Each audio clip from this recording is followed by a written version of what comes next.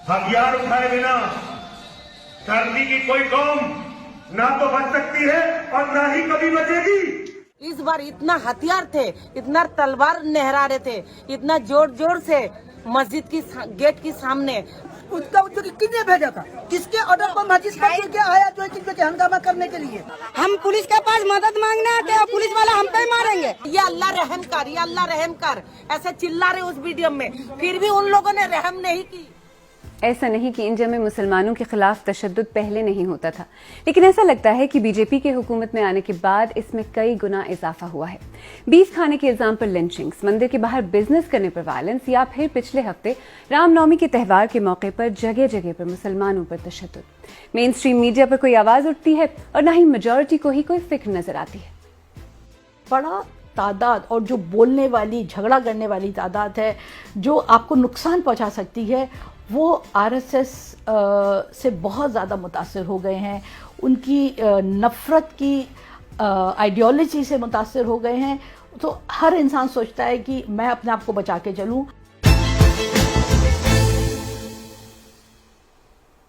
मेरा नाम आलिया नाज़की है और आप सरबीन देख रहे हैं, वो प्रोग्राम जिसमें हम उन कहानियों को समझने की कोशिश करते हैं जो आपके लिए अहम है। वैसे तो इंडिया खुद को एक जमहूरियत कहता है, लेकिन अमरीकी इदारे जेनोसाइड वॉच के मुताबिक इस जमहूरियत में मुसलमान जेनोसाइड के दहाने पर खड़े हैं। हमले मुसलमानों पर होते हैं और अरेस्ट भी उन्हें ही किया जाता है। पिछले एक हफ्ते में मुल्क भर में कई रियासतों में हिंदू त्यौहार के मौके पर मस्जिदों के बाहर जुलूस और प्रोवोकेटिव नारेबाजी और तशद्दुद, यहाँ तक कि कैपिटल सिटी दिल्ली की जहांगीरपुरी में होने वाले राइट्स। वालों के हाथ में तलवार, पिस्टल है, पता नहीं क्या क्या, फिर ये हिला हिला के दिखा रहे, कह रहे हिंदुस्तान में रहना होगा तो जय श्री राम का नारा लगाना होगा। क्यों कहीं लिखा हुआ है? गिनीज बुक में लिखवा दो वहाँ पे कि मुस्लिम रह नहीं सकती है, मुस्लिम पैदा ही मत करो, मुस्लिम को दफना दो कहीं पे।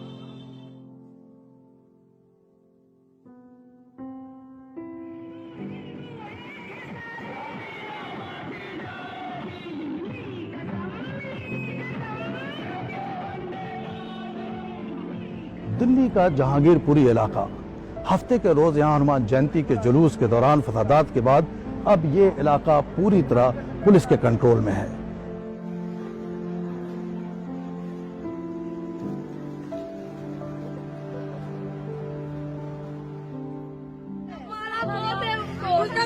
झगड़े में भी नहीं था मेरा देवर, झगड़े में भी नहीं था।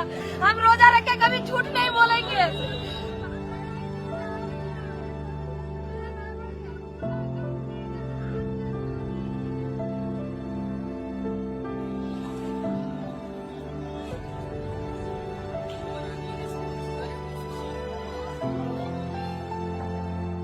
देख लो कैसे पुलिस वाले यहाँ के, ऐसे सेफ्टी होता है, ऐसे सेफ्टी के पुलिस वाले। ब्लॉक में ज्यादातर सभी 100 में से 99% मुसलमान, पूरे बांग्लादेश से के पाकिस्तान से के जितना भी गैर कानूनी वही पे, ये एक मिनी पाकिस्तान बन पूरी गैर कानूनी वही से शुरू होता है। ये फसादात उमूमन मुस्लिम बस्तियों में हुए हैं और इनकी नौइयत एक जैसी है। ये फसादात एक ऐसे वक्त में हुए हैं जब मुसलमान कई जानिब से नफरत अंगेज मुहिम की जद में है और हुकूमत पूरी तरह खामोश है। यानी आपके मुल्क में आपके नाम पर, आपके मजहब के नाम पर आपके ही हमवतनों को, हमसायों को इस तरह टारगेट किया जा रहा हो और आप खामोश देखते रहें। भारत के हिंदुओं को धर्म की अफीम एक तरह से चटा दी गई है। आपने देखा होगा मुगल बादशाहों को लगातार भारत के आज के मुसलमानों के साथ जोड़कर अपने इतिहास में जितनी भी हार हुई उसका बदला लेने के लिए तैयार किया जा रहा है।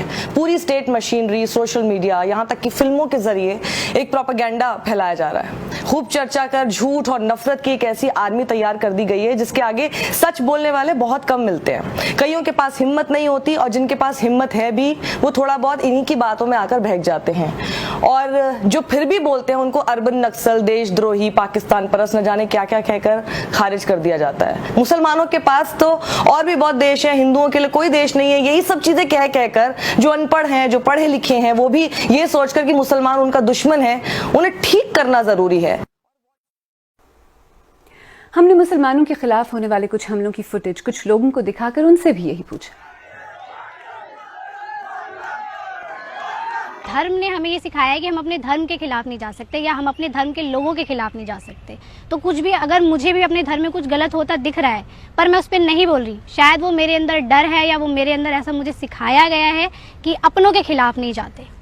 जो हिंदू झंडा ढो रहे हैं, भगवे रंग का झंडा ढो रहे हैं, जो टीका लगा के घूम रहे हैं, तलवार लेके घूम रहे हैं, दिल्ली की सड़कों पे घूम रहे हैं, उन्हें मुस्लिम तो एपीजे अब्दुल कलाम जैसा चाहिए, लेकिन हिंदू उन्हें कैसा भी चलेगा। हिंदू लोगों को लग रहा है कि जो मतलब पार्टी पावर में आ गई है वो तुम्हारी पार्टी है और अब तुम ताकतवर हो गए हो, तो ऐसा नहीं है। सबको लग रहा है कि हमसे क्या भाई, हमसे क्या भाई, हमसे क्या, लेकिन राहत इंदौरी साहब का एक शेर है कि लगेगी आग तो आएंगे कई घर जद में, इस बस्ती में मेरा मकान थोड़े है। हमने प्रोग्राम के शुरू में जहांगीरपुरी का जिक्र किया। जहांगीरपुरी में राइट्स के बाद आज मुसलमानों के ही घरों को तोड़ा गया है। इंतजामिया इसे इलीगल इंक्रोचमेंट के खिलाफ कार्रवाई बता रही है। खैर, जहांगीरपुरी जैसे राइट्स सैडली काफी आम है। सिर्फ 2020 के बाद से अब तक इस तरह के मुतादिद राइट्स हो चुके हैं। 2020 में मुल्क की कैपिटल सिटी दिल्ली में होने वाले राइट्स शायद आपको याद ही हो। इनमें मारे जाने वाले दर्जनों अफराद में से ज्यादातर मुसलमान थे। अक्टूबर 2021 में नॉर्थ ईस्टर्न स्टेट त्रिपुरा में होने वाले राइट्स में एक मस्जिद मुसलमानों के घरों और दुकानों को निशाना बनाया गया। और इस साल फरवरी में जनूबी रियासत कर्नाटक में राइट विंग हिंदू जमात बजरंग दल के एक एक्टिविस्ट के कत्ल के बाद होने वाले फसादात में मुसलमानों की प्रॉपर्टीज को निशाना बनाया गया।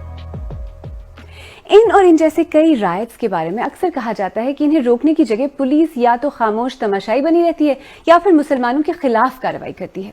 एक्सपर्ट्स तो ये भी कहते हैं कि हुकूमत इस तरह के वाकयात को कंट्रोल करना ही नहीं चाहती।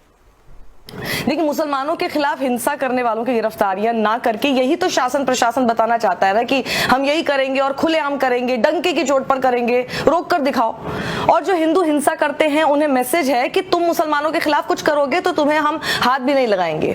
इससे ज्यादा लोग इस दंगा फसाद का हिस्सा बन रहे हैं क्योंकि उन्हें संरक्षण जो मिल रहा है। और कभी कभार तो क्या है कि अदालतें इस पर ध्यान देती भी हैं तो फटकार लगा देती हैं, लेकिन ऐसा लगता है कि प्रशासन को शर्मिंदगी बिल्कुल भी महसूस नहीं होती। फिर वही सब शुरू हो जाता है क्योंकि उन्हें पता है इसी से उनकी जीत होगी। देखिए, न्यायपालिका कुछ भी फैसला दे, जनता किसे सही मानती है वो इनके लिए ज्यादा जरूरी होगी, जिसे आप परसेप्शन पॉलिटिक्स बोलते हैं। और इस सब में हुकूमत बिल्कुल खामोश है, वजीर आजम भी खामोश है। इससे पहले इस तरह के वाकयात में मोदी हुकूमत का हमेशा यही मौकिफ रहा है कि वो किसी के साथ मजहब की बुनियाद पर तफरीक नहीं करती। वो तशद्दुद के खिलाफ है और कानून और सबको साथ लेकर चलने में यकीन रखती है। खैर, वैसे तो इंडियन मुसलमानों को ऑनलाइन स्पेसेस में भी नफरत का सामना है, लेकिन सोशल मीडिया पर कुछ लोग अब भी ऐसे हैं जो मुसलमानों के लिए आवाज उठाते हैं। सौरभ राज ने लिखा कि dear Indian Muslim friends, I am sorry और मैं बहुत शर्मिंदा हूँ। आपको बहुत ज्यादा नफरत और तासुब का सामना करना पड़ रहा है। बस ये याद रखिए कि इन अजीब और तारीक लम्हों में सैकड़ों हिंदू ऐसे भी हैं जो आपके साथ हैं। सैटरिस्ट और कॉमिक आर्टिस्ट अर्पित ने ट्वीट किया कि बहैसियत आर्टिस्ट अगर मेरे नाम के साथ खान या फारूकी जुड़ा होता तो सोशल मीडिया पर मेरी भी कुछ और ही कहानी नजर आती। मुझे मालूम है कि हिंदू होने की वजह से मेरे लिए बच निकलने के रास्ते खुले हैं, लेकिन मैं हमेशा इस बात का ख्याल रखता हूँ कि इस प्रिविलेज का इस्तेमाल सच्चाई और इंसाफ के हक में करूँ।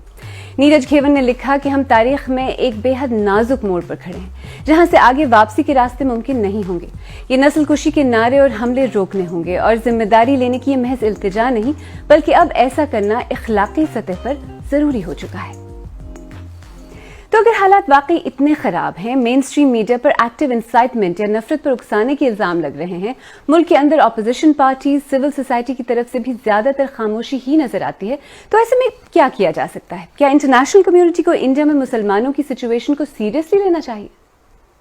देखिए, ये मानने से मैं इनकार करती हूँ कि इंटरनेशनल कम्युनिटी को इस बारे में इल्म नहीं है, उन्हें मालूम नहीं है कि हिंदुस्तान में, भारत में क्या हो रहा है। यूएस गवर्नमेंट ने फिर भी एक तरह से, चाहे थोड़ा दबे हुए अल्फाज में ही सही, लेकिन ये कहा कि जो ह्यूमन राइट्स का जो वायलेशंस हो रहे हैं उनको ऑब्जर्व कर रहा है यूनाइटेड स्टेट्स। लेकिन इतना कहना काफी नहीं है। इंटरनेशनल कम्युनिटी को मैं ये बताना चाहती हूँ कि दुनिया की सबसे बड़ी जमहूरियत में जहां सबवर्जन हो रहा है डेमोक्रेसी का, जहां ह्यूमन राइट्स का वायलेशन हो रहा है, माइनॉरिटीज के साथ वो सुलूक है कि तमाम एक्सपर्ट, दुनिया भर के एक्सपर्ट से कह रहे हैं कि जेनोसाइड के बिल्कुल मुहाने पर खड़ा हुआ है हिंदुस्तान। ऐसे में जो खामोशी है पूरी दुनिया की, वो सिर्फ हिंदुस्तान के लिए, हिंदुस्तान के मुसलमानों के लिए नहीं बल्कि पूरी इंटरनेशनल बरादरी के लिए ये नुकसानदेह होगी ये खामोशी। कहते हैं कि जुल्म होते देखकर आंखें फेर लेना खुद जुल्म करने के बराबर होता है। इंडियन मुसलमान इस वक्त एक बहुत ही नाजुक और मुश्किल वक्त से गुजर रहे हैं। लोग तो यहाँ तक कहते हैं कि इंडियन मुसलमान अपने ही मुल्क में ऑलरेडी सेकंड क्लास शहरी बन चुके हैं या फिर बन रहे हैं। लेकिन वक्त सिर्फ इंडियन मुसलमानों के लिए ही नाजुक नहीं। इंडिया की हिंदू मेजॉरिटी जो खुद को सेक्युलर, डेमोक्रेटिक और इंसाफ पसंद समझती है, उसके लिए भी ये नाजुक लम्हा है। जंग सिर्फ मुसलमानों की ही सर्वाइवल की नहीं, बल्कि इंडिया के मुस्तकबिल की भी।